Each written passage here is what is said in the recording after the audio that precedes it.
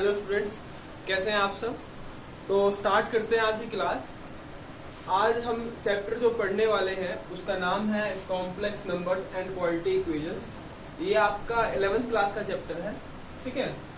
तो इसके अंदर हम बेसिकली क्या क्या पढ़ने वाले हैं। हम इसके अंदर पढ़ने वाले हैं इंट्रोडक्शन, कॉम्प्लेक्स नंबर्स क्या होते हैं, algebra of complex number. Algebra of complex number मतलब how to add two complex number, how to find the difference between two complex number, difference मतलब subtraction, and how to divide a complex number by another complex number and how to multiply two complex numbers। उसके बाद हम पढ़ेंगे modulus and conjugate of a complex number. फिर हम पढ़ेंगे Argand plane and polar representation. आपने Cartesian plane पढ़ा हुआ है 10th स्टैंडर्ड में, उसी से मिलता जुलता है आपका आर्गन प्लेन, ठीक है। लेकिन वहां पे क्या करते थे, हम किसी पॉइंट को रिप्रेजेंट करते थे कार्टेशियन प्लेन के अंदर, ठीक है, और उसके एक्स वाई कोऑर्डिनेट होते थे। यहाँ पे हम क्या करेंगे, किसी भी एक कॉम्प्लेक्स नंबर के करस्पॉन्डिंग एक पॉइंट होगा और उस पॉइंट को हम रिप्रेजेंट करेंगे एक प्लेन के अंदर, या मैं कहूँ एक ऐसा प्लेन जिसके अंदर किसी भी पॉइंट के करस्पॉन्डिंग आपका एक कॉम्प्लेक्स नंबर हो, ऐसे प्लेन को हम आर्गन प्लेन कहते हैं। इसको डिटेल में पढ़ेंगे हम आगे। उसके बाद polar representation of complex number, how to represent a complex number in polar form, ठीक है, वो इसकी मदद से ही हो पाएगा। फिर आगे पढ़ेंगे हम क्वाड्रेटिक इक्वेशंस। अब आप कहेंगे क्वाड्रेटिक इक्वेशंस तो हमने 10th स्टैंडर्ड में ही पढ़ा था, फिर दोबारा क्या जरूरत पड़ी इसको पढ़ने की, ठीक है। तो आपने जब 10th स्टैंडर्ड में क्वाड्रेटिक इक्वेशंस पढ़ा था तो वहां पे क्या हुआ था, वहां पे आपने डिस्क्रिमिनेंट लेस देन 0, जिस भी क्वाड्रेटिक इक्वेशन का डिस्क्रिमिनेंट मतलब b² minus 4ac less than 0 था, ऐसी क्वाड्रेटिक इक्वेशन का आपने रूट नहीं निकाला था, या आपने कहा था वहां पे नो रियल रूट एग्जिस्ट। लेकिन यहाँ पे हम कॉम्प्लेक्स नंबर पढ़ लेंगे उसकी मदद से, with the help of this complex number, concept of this complex number, we will be able to find out the solution or root of such quadratic equations whose discriminant is less than 0, ठीक है। तो हम सीखेंगे। अब start करते हैं हम अपना इंट्रोडक्शन पार्ट से, ठीक है। तो let's start with the introduction part.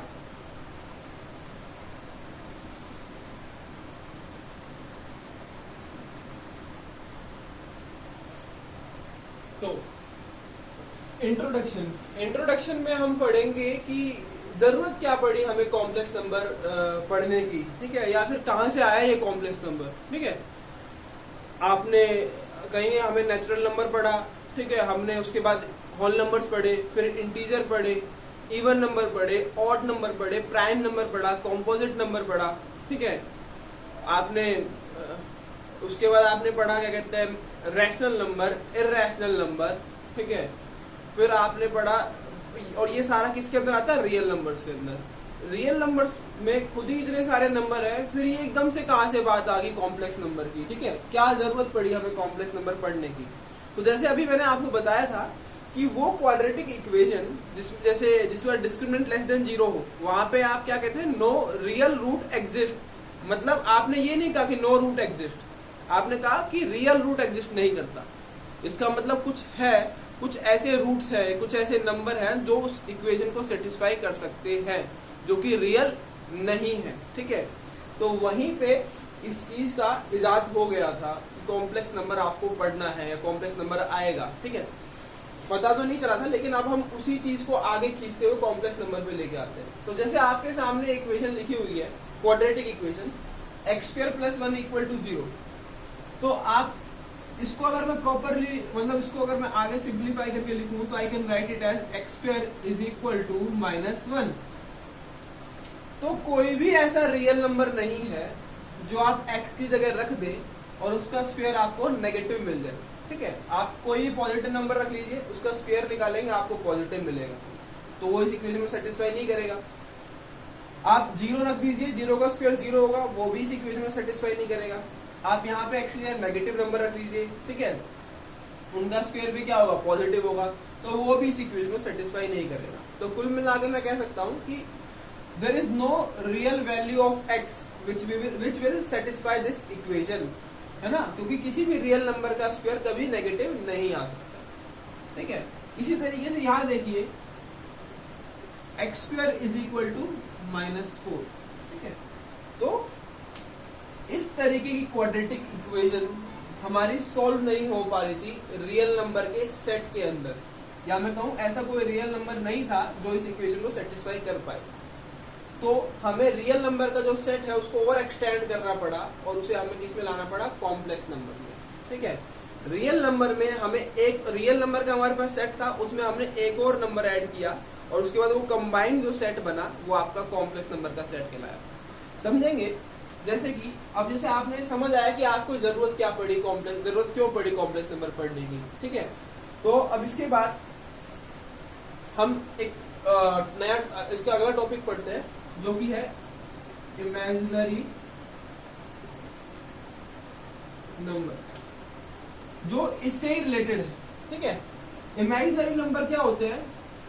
Square root of negative number, square root of negative number. Negative number के स्क्वायर रूट आपके इमेजिनरी नंबर होते हैं। ठीक है, जैसे कि square root of -4, square root of -3, square root of -7.5। ठीक है, ये यहाँ पे कौन से नंबर होते हैं? आपके इमेजिनरी नंबर होते हैं। ठीक है, तो square root of negative numbers are known as imaginary number. ठीक है, अब इसके अंदर आप एक चीज पढ़ेंगे, square root of -1, square root of -1। अब ध्यान से सुनिएगा, ये इंपॉर्टेंट है। ठीक है, स्क्वायर रूट ऑफ -1 होता है आपका आयोटा। क्या होता है? इसको क्या बोलते हैं? आयोटा। क्या बोलते हैं इसको हम? आयोटा। इससे रिप्रेजेंट करते हैं स्मॉल आई से। तो स्क्वायर रूट ऑफ -1 आपका क्या होता है? आयोटा। ठीक है, तो अब इसी तरीके से आप देखेंगे स्क्वायर रूट ऑफ -4 क्या हो जाएगा आपका? स्क्वायर रूट ऑफ -1 इंटू में स्क्वायर रूट ऑफ 4। तो स्क्वायर रूट ऑफ -1 आपका हो जाएगा आयोटा और स्क्वायर रूट ऑफ 4 आपका क्या हो जाएगा? 2। तो आपका क्या हो जाएगा? 2 आयोटा। स्क्वायर रूट ऑफ -3 आपका क्या हो जाएगा? Iota root 3। ठीक है, इस तरीके से square root of -7.5 iota root 7.5। ठीक है, तो अभी आपने पढ़ा इमेजिनरी नंबर क्या होते हैं। इमेजिनरी नंबर क्या होते हैं? आपके square root of negative numbers. जब भी आप किसी नेगेटिव नंबर का स्क्वायर रूट निकालते हैं तो आपका क्या होता है? इमेजिनरी नंबर होता है। ठीक है, तो उसमें आपने एक चीज पढ़ी कि square root of -1 is iota. ठीक है, square root of -1 is iota. ये आपने नई चीज पढ़ी है यहाँ पे। ठीक है, इसी के इर्द गिर्द आपका पूरा कॉम्प्लेक्स नंबर का चैप्टर घूमता है। ठीक है, इसको रब कर देते हैं और फिर आगे बढ़ते हैं। ठीक है, इससे अगला हम टॉपिक पढ़ेंगे पावर्स ऑफ आयोटा। लिख लीजिए इसको एक बार।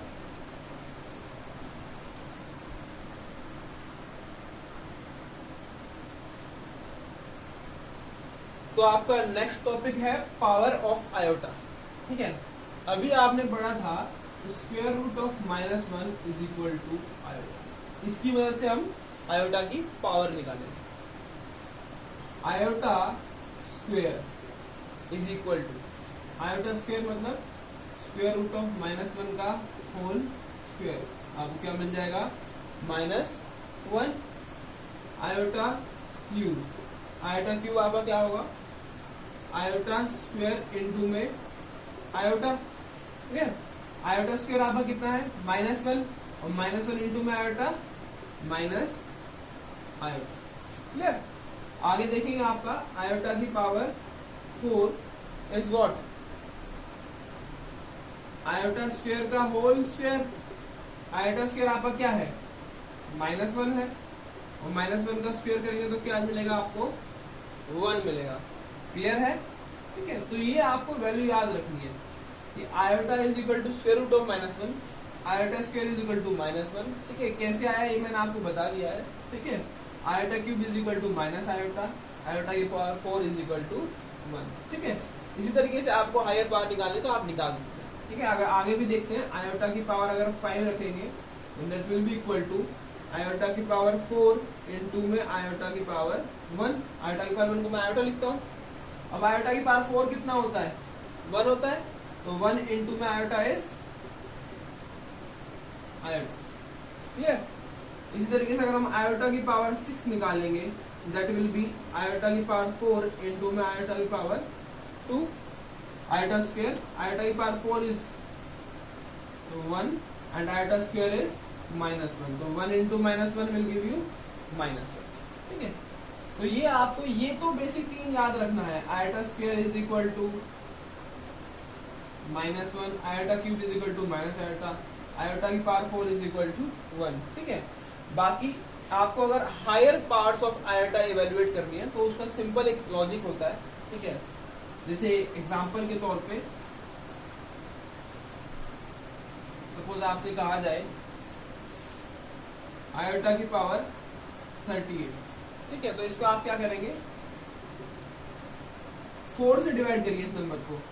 4 9 जा 36, तो आप क्या लिखेंगे 4 इंटू में 9, 4 9 जा 36, 36 प्लस 2 38, तो मैं यहाँ लिख दूंगा +2। तो देखिए 4 9 जा 36, 36 प्लस 2 38, वही है 38। अब आयोटा की पावर 4 इंटू में 9, मतलब आयोटा की पावर 4 होल पावर 9 प्लस में आयोटा का, सॉरी प्लस नहीं, इंटू आयोटा का स्क्वायर। क्लियर? अब आयोटा की पावर 4 आपको पता होता है 1, और 1 की पावर आप करेंगे 9 तो कितना हो जाएगा 1, और आयोटा स्क्वायर होता है -1, तो 1 इंटू -1, 1 इंटू में -1 विल गिव यू -1। दोबारा सुनिए, आयोटा की पावर 38 को आपने डिवाइड करके लिखा 36 प्लस 8, 36 प्लस 2, 36 आपका लिख सकते हैं 4 इंटू में 9 प्लस में 2। अब 4 इंटू में 9 किया तो आयोटा, इसको मैं इस तरीके से लिखता हूँ, आयोटा की power 4 whole power 9 into iota square. ठीक है, आयोटा की पावर 4 आपका होता है 1, 1 की पावर 9 आप करेंगे तो मिलेगा आपको 1। ठीक है, और आयोटा स्क्वायर आपका होता है -1, तो -1 आयोटा स्क्वायर की जगह आप लिखेंगे -1, 1 इंटू -1 आपको क्या दे देगा -1। ठीक है, तो इस तरीके से हम आयोटास की हायर पावर इवेल्युएट करते हैं। ठीक है, और भी हम कर सकते हैं, सपोज जैसे आपको नेगेटिव पावर दे दे आपको आयोटा की। ठीक है, अच्छा ये आयोटा की पावर 38 है, इसको करने का एक तरीका तो ये हो गया। दूसरा तरीका क्या है, आपको इसको इस नंबर को 2 से डिवाइड कर लीजिए 38 को। ठीक है, जैसे आयोटा की पावर 2 को 38 को 2 से डिवाइड करिए, 2 19 जा 38, तो मैं लिखता हूँ आयोटा की पावर 2 होल पावर 9। अब आयोटा स्क्वायर क्या हो जाएगा आपका -1, और -1 की पावर क्या है 19। नेगेटिव नंबर की पावर ऑड है तो आंसर आपको हमेशा नेगेटिव ही मिलेगा, अगर नेगेटिव की पावर इवन है तो आंसर हमेशा आपको पॉजिटिव मिलता है। तो नेगेटिव की पावर अभी क्या है ऑड, तो आपको बाहर क्या मिल जाएगा नेगेटिव नंबर, और 1 की पावर 19 कर दीजिए या कितनी भी कर दीजिए 1 ही रहता है, तो यहाँ पे आपको क्या मिल जाएगा -1। तो आप इस मेथड से करिए या पिछले मेथड से करिए, आपको सेम ही आंसर मिलेगा। ठीक है, अभी थोड़ा नेगेटिव पावर्स ऑफ आयोटा पढ़ लेते हैं। तो आयोटा की पावर -1 इवेल्युएट करेंगे सबसे पहले। आयोटा की पावर -1 क्या हो जाएगा 1 बाय आयोटा, नेगेटिव पावर है तो बेस का रेसिप्रोकल लिख दीजिए, पावर अपने आप पॉजिटिव हो जाएगी 1 बाय आयोटा। अब यहाँ पे क्या करेंगे, डिनोमिनेटर में भी आयोटा मल्टीप्लाई करिए और न्यूमिनेटर में भी आयोटा मल्टीप्लाई करिए। क्या हो जाएगा iota divide by iota into iota, iota square, और आयोटा स्क्वायर आपका क्या होता है -1, तो iota divide by -1 is equal to -iota. Clear? Iota की power -2 is 1 by iota square, यहाँ पे नीचे आयोटा मल्टीप्लाई करेंगे, सॉरी आयोटा नहीं मल्टीप्लाई करेंगे, आयोटा स्क्वायर आपका क्या होता है -1, क्या मिल जाएगा आपको -1। आयोटा की power -3 is 1 by iota cube, iota cube आपका होता है माइनस आयोटा। ये रिजल्ट आपको याद हो जाएंगे धीरे धीरे प्रैक्टिस के साथ। Iota cube is minus iota. अब आप नीचे भी आयोटा मल्टीप्लाई करेंगे और ऊपर भी आयोटा मल्टीप्लाई करेंगे। ऊपर हो जाएगा आयोटा और नीचे हो जाएगा माइनस आयोटा स्क्वायर। ठीक है, आयोटा स्क्वायर आपको क्या दे देगा -1, -1 इंटू में माइनस +1, और आयोटा बाय 1 आपको क्या दे देगा, आपको it will give you iota. Similarly iota की power -4 is what 1 by iota की पावर 4, और आयोटा की पावर 4 क्या होता है 1 होता है, 1 by 1 is equal to 1। So this is your negative powers of iota, और इसी तरीके से आप और नेगेटिव पावर को इवेल्युएट कर सकते हैं। तो नोट दिस डाउन, ये लिख लीजिए। उसके बाद एक जनरल टर्म फॉर्मूला पढ़ लेते हैं, जिसको अभी मैंने आपको क्वेश्चन के जरिए बता भी दिया था। बाकी एनसीईआरटी में वो पर्टिकुलरली दिया हुआ है कि आप how to evaluate powers of iota. ठीक है, तो मैं इसको रब कर देता हूँ यहाँ से।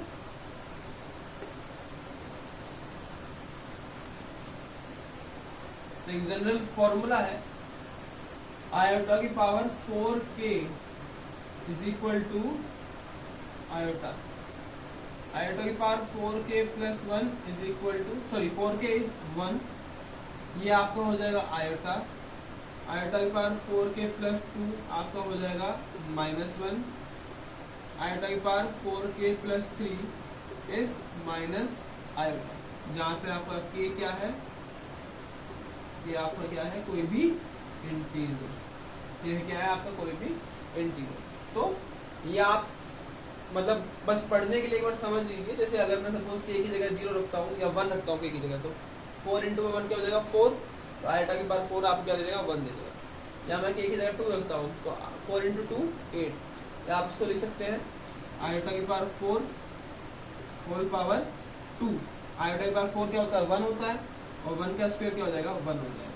ठीक है, तो ये वेरीफाई हो गया। नेगेटिव पावर के लिए आप इसे वेरीफाई कर सकते हैं।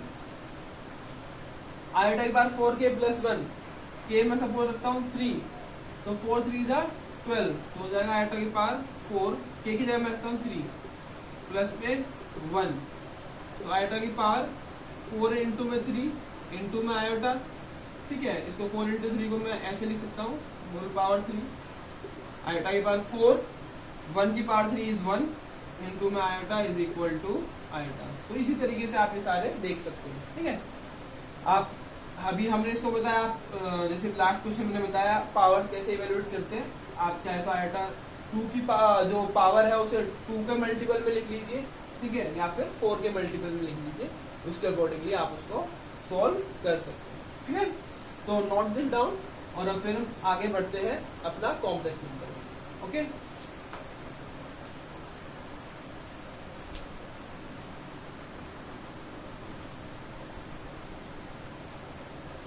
तो अब जो चैप्टर का नाम था अब हम उस पर आ गए हैं। चैप्टर का नाम था कॉम्प्लेक्स नंबर, तो हम कॉम्प्लेक्स नंबर के बारे में पढ़ेंगे। जो भी अभी हमने राम गाथा पढ़ी है उसको अब यहाँ पे अप्लाई कर देंगे। ठीक है, तो जो नंबर इस फॉर्म में लिखा जा सके, a प्लस आयोटा b की फॉर्म में, ऐसे नंबर को हम क्या कहते हैं कॉम्प्लेक्स नंबर कहते हैं। ठीक है बच्चों, अच्छा कॉम्प्लेक्स नंबर को हम z से डिनोट करते हैं। ये जनरल फॉर्म है कॉम्प्लेक्स नंबर की। ठीक है, यहाँ पे आपका a और b दोनों रियल नंबर होते हैं। ठीक है, a और b आपके दोनों क्या होते हैं रियल नंबर। तो जिस भी नंबर को इस फॉर्म में रिप्रेजेंट करा जा सके या इस फॉर्म में लिखा जा सके, those numbers are your complex numbers. It is denoted by z। ठीक है, यहाँ पे a और b यहाँ पे क्या होते हैं रियल नंबर होते हैं। ठीक है, अब कॉम्प्लेक्स नंबर के दो पार्ट होते हैं, एक रियल पार्ट होता है, एक इमेजिनरी पार्ट होता है। ठीक है, तो जो आयोटा के साथ मल्टीप्लाइड होता है वो इमेजिनरी पार्ट होता है, जो आपका आयोटा के साथ मल्टीप्लाई नहीं होता, जो दूसरी पार्ट होता है वो आपका रियल पार्ट होता है। ठीक है, तो इसे लिखते कैसे, रियल पार्ट ऑफ z। कहीं आपको ऐसा लिखा मिलेगा, कहीं आपको बिना ब्रैकेट के भी लिखा मिलेगा। ठीक है, तो real part of z is a। ये क्या है आपका real part of this complex number z। Imaginary part of complex number z is b। b आपका क्या है इस कॉम्प्लेक्स नंबर z का इमेजिनरी पार्ट। ठीक है, तो अभी मैंने आपको बताया जिस भी नंबर को a प्लस आयोटा b की फॉर्म में लिखा जा सके, ऐसे नंबर को हम कॉम्प्लेक्स नंबर कहते हैं। इसमें दो पार्ट होते हैं, एक आपका होता है रियल पार्ट और दूसरा आपका होता है इमेजिनरी पार्ट।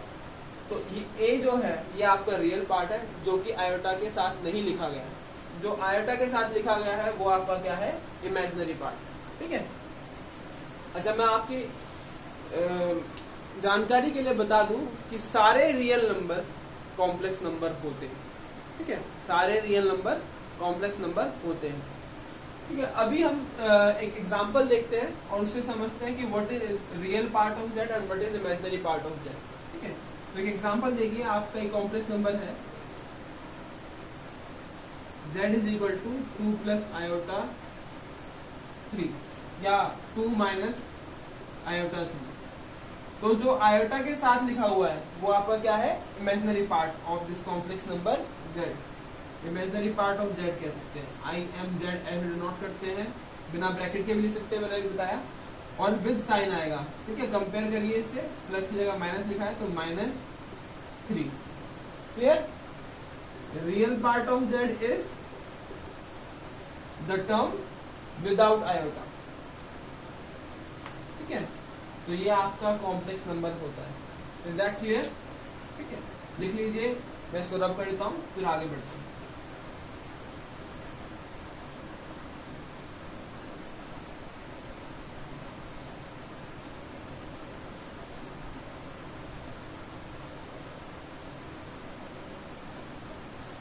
अच्छा, अभी मैंने आपको बताया कि सारे रियल नंबर कॉम्प्लेक्स नंबर होते हैं। क्यों होते हैं? कि कॉम्प्लेक्स नंबर के डेफिनेशन से समझिए। आप कोई भी एक रियल नंबर ले लीजिए, जैसे 3 को मैं लिख सकता हूं 3 प्लस 0 आयोटा। मैंने अभी बताया, जिस भी नंबर को a प्लस आयोटा b की फॉर्म में लिखा जा सके, आयोटा आगे भी लिख सकते हैं, b से पहले भी लिख सकते हैं और b के बाद में भी लिख सकते हैं। ठीक है, ऐसे नंबर को हम कॉम्प्लेक्स नंबर कहते हैं। तो 3 को मैंने क्या लिखा, 3 प्लस 0 आयोटा। ठीक है, क्योंकि 0 into my iota is 0 and 0 plus 3 is 3, जो कि 3 ही रहेगा। ठीक है, तो इस नंबर को इस फॉर्म में लिख दिया। अब आप देखिए, a की जगह लिखा है 3 which is a real number, b की जगह क्या लिखा है 0 which is also a real number. तो इस नंबर को आपने इस फॉर्म में लिख दिया और ये आपका क्या है, ऐसी फॉर्म किसकी होती है, कॉम्प्लेक्स नंबर की। तो आपने देखा कि हर एक रियल नंबर भी कॉम्प्लेक्स नंबर ही होता है। ठीक है, अब आपके दो तरीके कॉम्प्लेक्स नंबर और होते हैं, एक प्योरली रियल और एक प्योरली इमेजिनरी। जैसे आप देखेंगे यहाँ पे 3 प्लस 0 आयोटा, इसमें इमेजिनरी पार्ट क्या है, 0। तो ये आपका कैसा कॉम्प्लेक्स नंबर है, प्योरली रियल। प्योरली रियल क्यों? क्योंकि यहाँ पे आपका इमेजिनरी पार्ट क्या है, 0 है। ठीक है, आपको कोई कॉम्प्लेक्स नंबर ऐसा मिल सकता है -√5 आयोटा। ठीक है, इसको मैं लिखूंगा तो कैसे लिखूंगा, 0 -√5 आयोटा। तो ये आपका कैसा नंबर है, purely imaginary complex number. Why? क्योंकि यहाँ पे आपका रियल पार्ट 0 है। ठीक है, अब हम आगे पढ़ेंगे इक्वालिटी ऑफ 2 कॉम्प्लेक्स नंबर, उसके ऊपर फिर कुछ क्वेश्चन करेंगे। ठीक है, then in next class we will discuss about algebra of complex number. ठीक है, तो मैं इसको रब करता हूँ और हम पढ़ते हैं इक्वालिटी ऑफ 2 कॉम्प्लेक्स नंबर।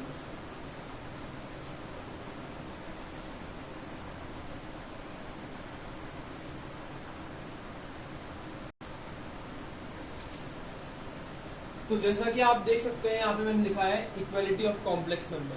ठीक है, तो 2 कॉम्प्लेक्स नंबर आपके कब इक्वल होते हैं, अगर आपका एक कॉम्प्लेक्स नंबर है Z1 which is a plus iota b और दूसरा नंबर है Z2 which is c plus iota d। ये दोनों कॉम्प्लेक्स नंबर आपके कब इक्वल होंगे, when a is equal to c and b is equal to d। जब पहले कॉम्प्लेक्स नंबर का और दूसरे कॉम्प्लेक्स नंबर का रियल पार्ट इक्वल होगा और उनका इमेजिनरी पार्ट आपस में इक्वल होगा, तब आपके 2 कॉम्प्लेक्स नंबर क्या होते हैं, इक्वल होते हैं। ठीक है, कुछ क्वेश्चन करते हैं हम इसके ऊपर।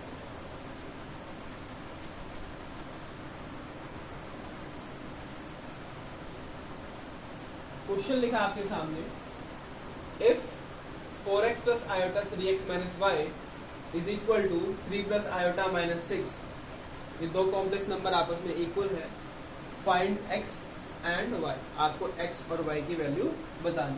ठीक है, अभी आपने देखा कि 2 कॉम्प्लेक्स नंबर इक्वल होते हैं तो रियल पार्ट इक्वल होता है और इमेजिनरी पार्ट भी इक्वल होता है।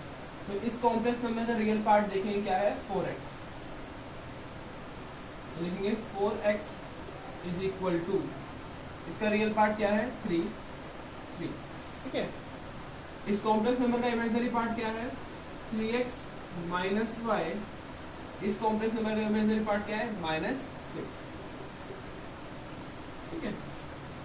तो आपको देखिए इधर से आपको x की वैल्यू मिल जाएगी। What is the value of x? 4x is equal to 3, x equal to 3/4, ठीक है। अब x की वैल्यू 3/4 आप यहाँ पुट कर देंगे तो you'll get the value of y। 3/4 मैं यहाँ पुट करता हूँ, 3 into 3/4 minus y is equal to -6, okay. अब ये हो जाएगा 9/4 और 9/4 उधर चला जाएगा तो हो जाएगा -9/4। तो या फिर इस -y को उधर ले जाइए और -6 को इधर ले आइए तो ये प्लस का 6 हो जाएगा, ठीक है। तो ये आपका हो जाएगा 9/4, 4 6 जा 24, 24 प्लस 9 33, तो y आपका आ जाएगा 33/4। तो आपको y और x की वैल्यू मिल गई। y की वैल्यू क्या है 33/4 और x की वैल्यू क्या है 3/4। तो इस तरीके से आप करते हैं इक्वालिटी ऑफ कॉम्प्लेक्स नंबर्स के ऊपर दिए गए क्वेश्चंस, ठीक है। एक और क्वेश्चन करेंगे, ठीक है, फिर उसके बाद हम 2-3 क्वेश्चन आपको होमवर्क के लिए दे देंगे, then we will end this class, okay.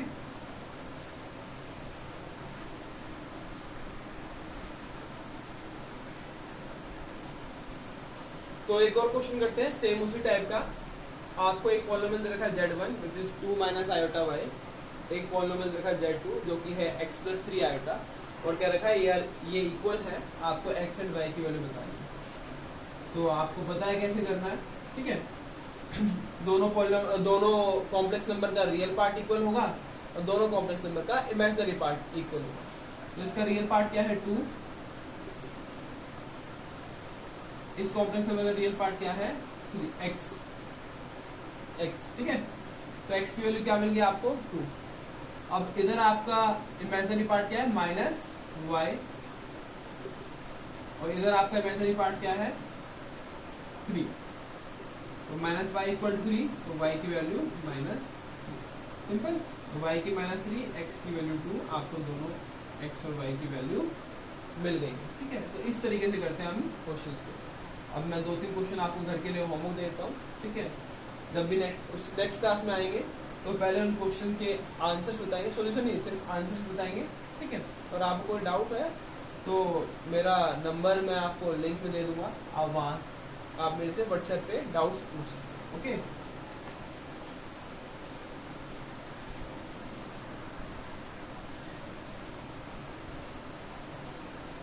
ये दोनों क्वेश्चन आपका होमवर्क है।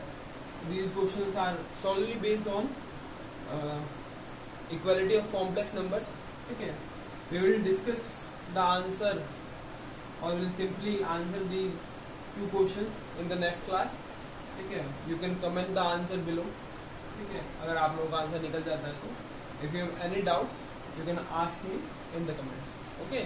और I am writing my phone number, you can simply WhatsApp me on this number 964। I hope कि आपको समझ आया जो मैंने आज पढ़ाया है, ठीक है। अगर आपको समझ आया हो तो कॉम्प्लेक्स नंबर की नेक्स्ट क्लास को प्लीज कंटिन्यूएशन में देखें ताकि आपको ये चैप्टर प्रॉपरली पूरी तरीके से समझ आ जाए। Thank you and bye bye.